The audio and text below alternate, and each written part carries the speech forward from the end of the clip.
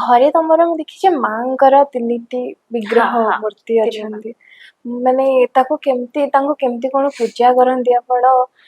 ଏକରେ ତ ma'am busy ବାବା ଆମ ଘରେ ମା ଆମର ପୂଜା ପାଠ ସବୁ ବାବା କରନ୍ତି। ଓହୋ। ଆଣ୍ଡ ସମସ୍ତଙ୍କର ପୂଜା କରିବା ଇଏଟା ବହୁତ ବହୁତ ଅଲଗା। ହୁଁ। ବହୁତ ଜାଗାରେ ବହୁତ ନିୟମ ଅଛି।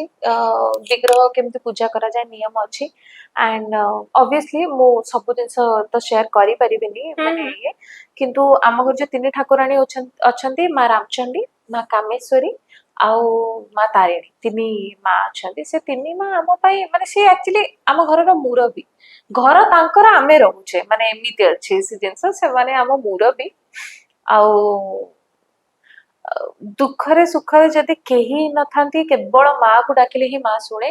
ଆଣ୍ଡ ଆମ ଘରେ ଗୋଟେ ଜିନିଷ ହେଲା ଯେ ମା କୁ ଯେତେବେଳେ ବି ଆମର ଇଚ୍ଛା ହୁଏ ଯେ କିଛି ଗୋଟେ ସେୟାର କରିବାର ଅଛି, କିଛି ଗୋଟେ କହିବାର ଅଛି, ଆମେ ସେଠି ବସିକି କାନ୍ଦୁ।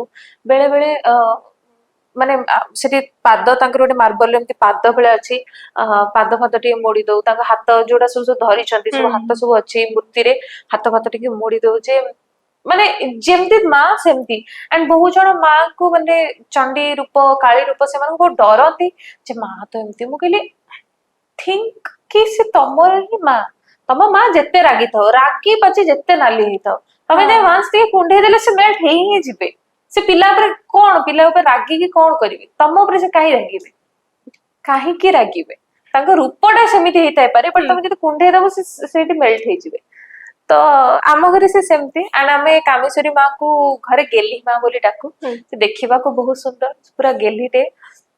ଆଉ ଆମେ ତାଙ୍କୁ ବହୁତ ଗେହ୍ଲା ବି କରୁ। ଆମେ ବେଳେ ବେଳେ ମାଙ୍କୁ ପୂଜା ସରିଲା ପରେ ଏମିତି ଟିକେ ହାଉସ ଦଉଛେ ମୋ ମା କେତେ ସୁନ୍ଦର।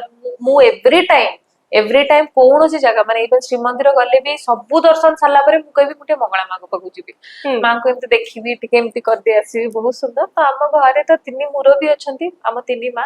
ଆଉ ଘର ତାଙ୍କର, ଆମେ ତାଙ୍କ ଘରେ ଅଛୁ ଆଉ। PSA Talks